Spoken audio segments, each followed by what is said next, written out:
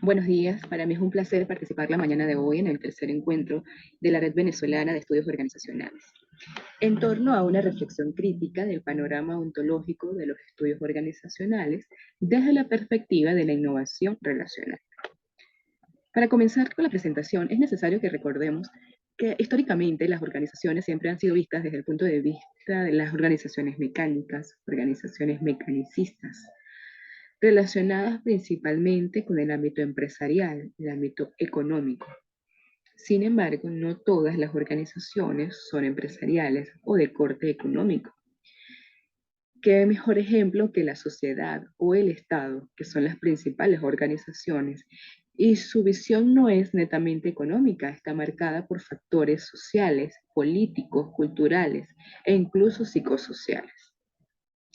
Es por ello que no podemos seguir viendo a las organizaciones desde esta óptica, desde el hombre máquina que realiza una serie de actividades, una serie de tareas perfectamente engranadas de una forma rutinaria, cumpliendo con un horario establecido para alcanzar una meta ya fijada, propio de las organizaciones burocráticas jerarquizadas, con un manejo del poder, manejo de la información para un grupo selecto de miembros de esa organización.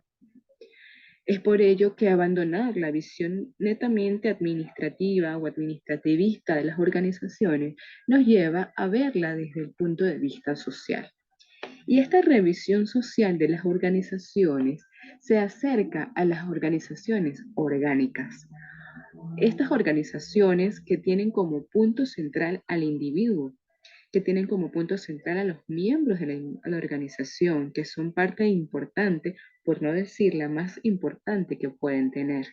La satisfacción de las necesidades, de los requerimientos de estos miembros es importante para las organizaciones orgánicas, porque son vistos desde un punto de vista social e incluso psicológico, que va a apoyar al equilibrio, al desempeño y a la productividad de la propia organización. De esta forma, si acercamos la visión y el objeto de estudio de los estudios organizacionales, podemos ver que son las organizaciones orgánicas las más aptas y las más apropiadas para manejarse dentro de nuestra disciplina, porque son acercadas al ámbito social, al ámbito psicológico y cultural, no solo de la sociedad, sino también de los individuos y los miembros que la conforman. De allí que hablar de individuo y de conocimiento nos lleva al aprendizaje organizacional o al aprendizaje organizativo. Ese aprendizaje que comienza con un bucle simple y se transforma en un bucle doble de manejo de la información y sobre todo del manejo del conocimiento, que ya no está en un grupo de poder, en un grupo jerarquizado, sino que fluye permanentemente entre todos los miembros de la organización y ocasiona o trae como consecuencia la transformación de la organización, una transformación que hace que ésta sea más flexible, más innovadora y por tanto más apta para enfrentarse al entorno y a los cambios sociales que permean en ella continuamente. En este sentido, la innovación social y la innovación relacional, la forma en cómo se está llevando a cabo el flujo de información, el flujo del conocimiento y la relación entre los individuos y la organización, va a llevar a una innovación transformacional, al cambio real de la organización. Y para poder ver a la organización y acercarnos a ella, hacemos la diferencia y recordamos, como se dijo al principio, que las organizaciones mecánicas en las cuales una sola forma posible es la existente y es la válida, se abandona. Comienza a verse la organización desde el punto de vista social hasta llegar a entenderla como una entidad social concreta, marcada por la innovación relacional. ¿Por qué está marcada por la innovación relacional? Porque para llegar desde ese punto cero hacia la transformación ha pasado por el aprendizaje organizativo o aprendizaje organizacional, a la transformación cultural y a la transformación tecnológica de la organización, basándose en la importancia que se le da al individuo, que se le da a los miembros de esa organización, cada uno con sus propias características, con su propia cultura, pero que confluyen en un fin último que es el desarrollo y desenvolvimiento de esa organización. Y para comprender mejor la diferencia entre las organizaciones mecánicas y la organización vista como una entidad social concreta, para mí llamadas organizaciones orgánicas, la podemos observar desde la mirada de la contingencia. Tal como lo indicaban Lawrence y Lorsch y Boris Stalkers, es necesario diferenciar las organizaciones orgánicas de las organizaciones mecánicas. Y al hacer esta diferencia se puede notar que las organizaciones orgánicas tienen una mejor respuesta a los cambios del entorno y los factores que les son contingentes. ¿Cuáles son estos factores? Los llamamos entorno, tecnología y tamaño. ¿Y por qué son mejores o por qué dan una mejor respuesta? Porque son más aptas para responder a estos factores, porque sus características están destinadas a la satisfacción del individuo, a la información descentralizada, a la flexibilidad, al trabajo en equipo y el flujo del conocimiento. Un flujo de conocimiento que es permanente.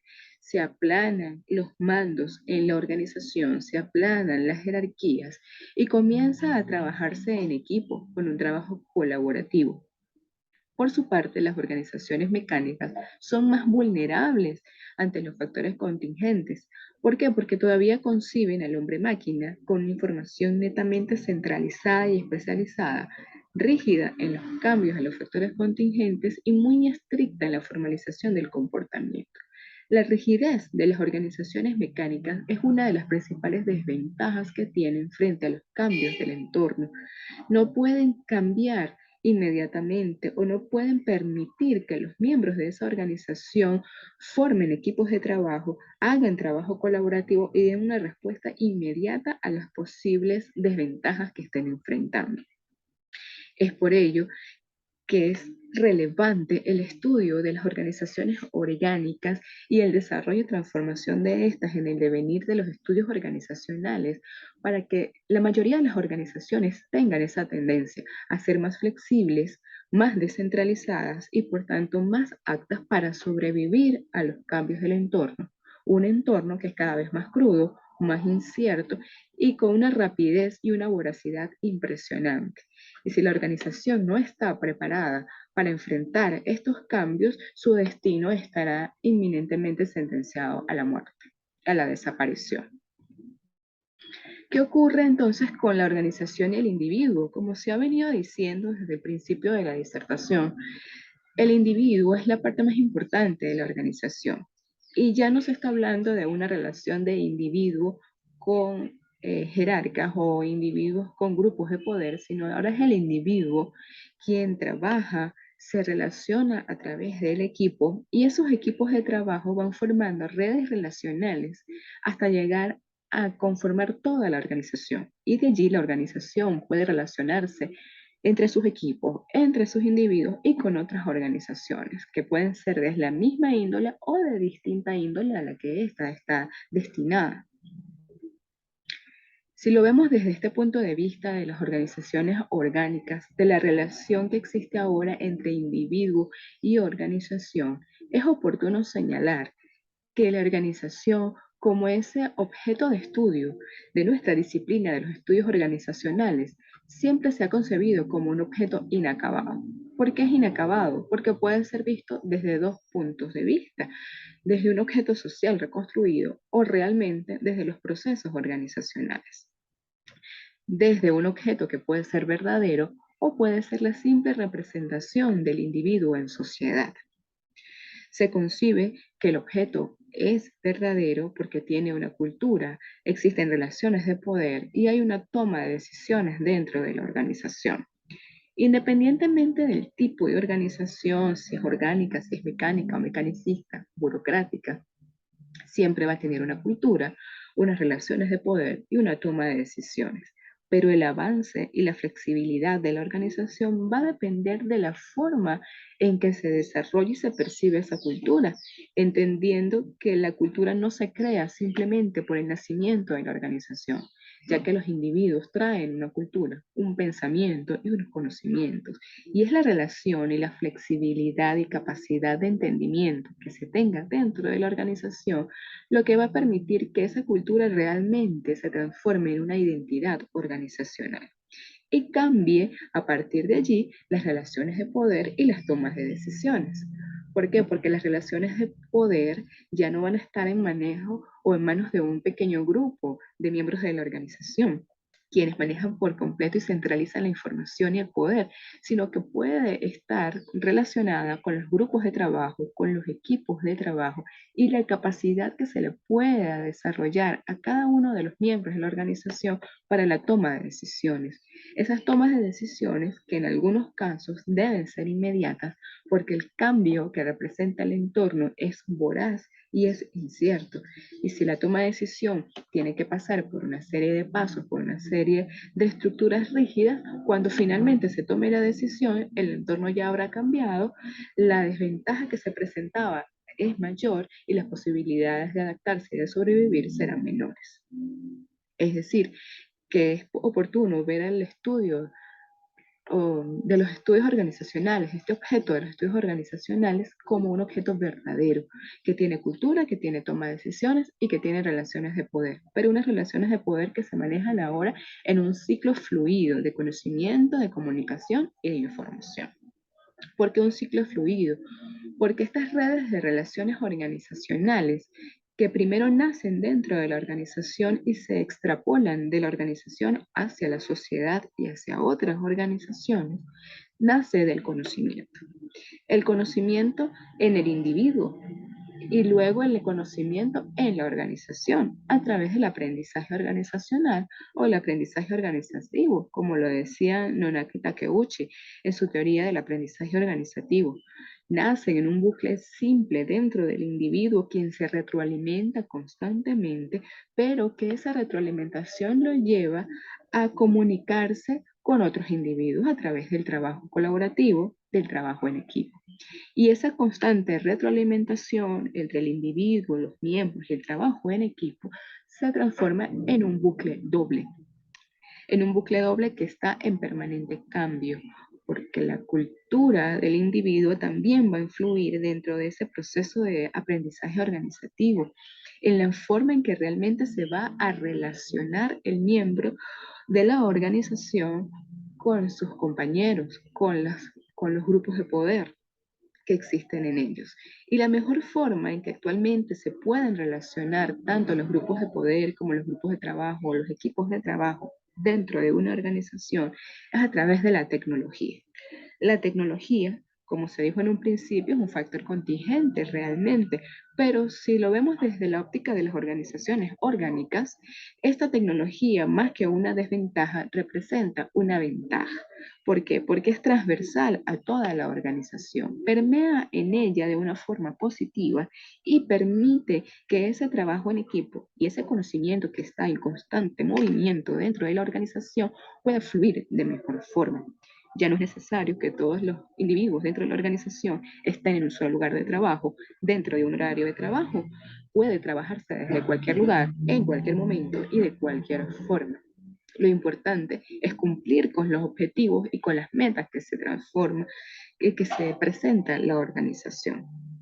Es por ello que las redes relacionales organizacionales están basadas en tres pilares fundamentales: la cultura, el conocimiento y la tecnología. Sin embargo, desde los estudios organizacionales no podemos dejar de lado que cada organización está marcada por la diversidad y la heterogeneidad. Es decir, ninguna organización es igual a la otra, excepto por aquellas características que puedan tener comunes si pertenecen a un mismo ramo o a un mismo sector económico. Pero no es igual a la otra, por lo que se ha venido diciendo durante la mañana. Cada organización está conformada por individuos. Los individuos son totalmente únicos y diferentes y se relacionan de una manera única y diferente.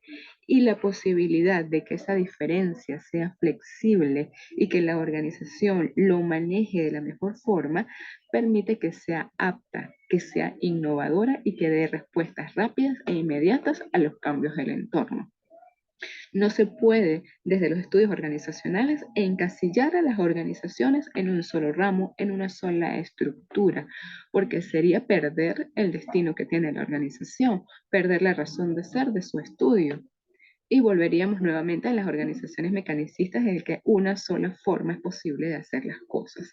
Entender que hay una diversidad de organizaciones, que hay una diversidad de individuos y que esa diversidad hace que sean únicas y que sean aptas es importante para la transformación y para la innovación relacional.